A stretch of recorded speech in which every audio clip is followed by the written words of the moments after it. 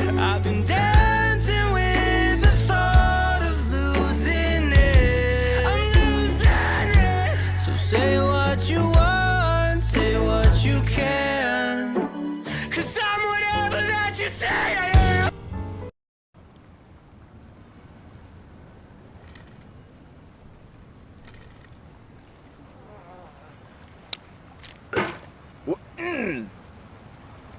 Oh no. There's no feeling more intense than starting over. If you deleted your homework the day before it was due, as I have, or if you left your wallet at home and you have to go back after spending an hour in the commute. If you won some money at the casino and then put all your winnings on red but it came up black.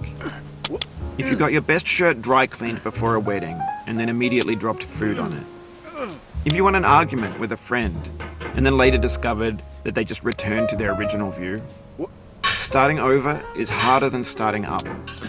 If you're not ready for that, like if you've already had a bad day, then what you're about to go through might be too much.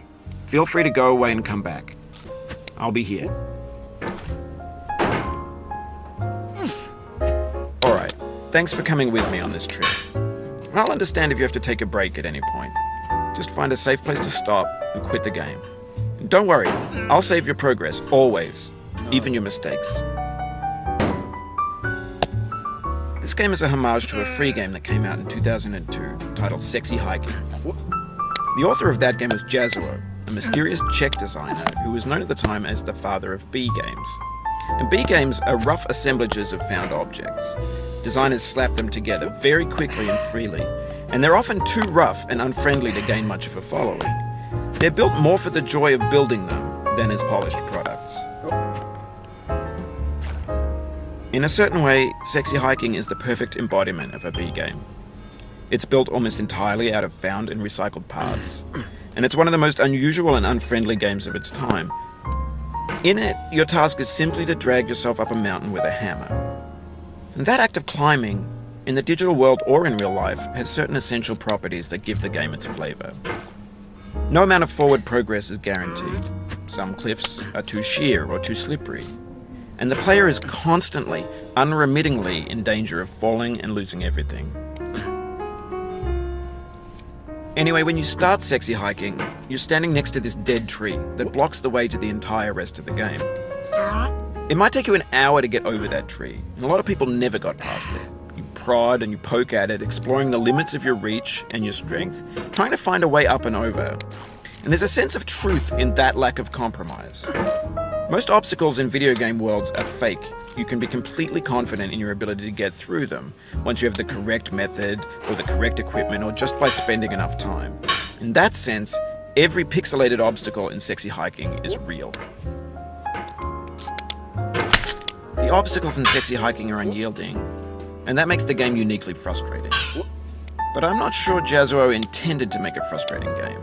The frustration is just essential to the act of climbing, and it's authentic to the process of building a game about climbing.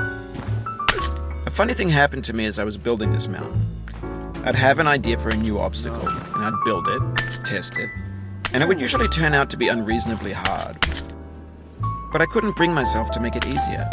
It already felt like my inability to get past the new obstacle was my fault, as a player rather than as a builder. Imaginary mountains build themselves from our efforts to climb them, and it's our repeated attempts to reach the summit that turns those mountains into something real.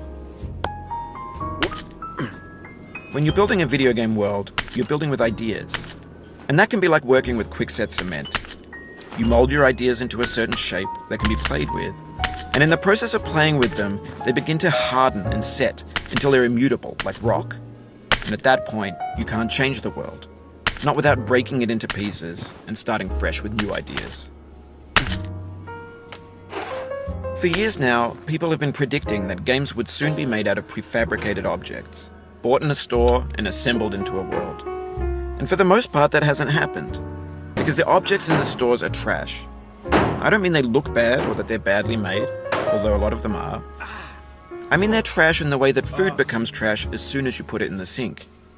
Things are made to be consumed and used in a certain context, and once the moment is gone, they transform into garbage. In the context of technology, those moments pass by in seconds.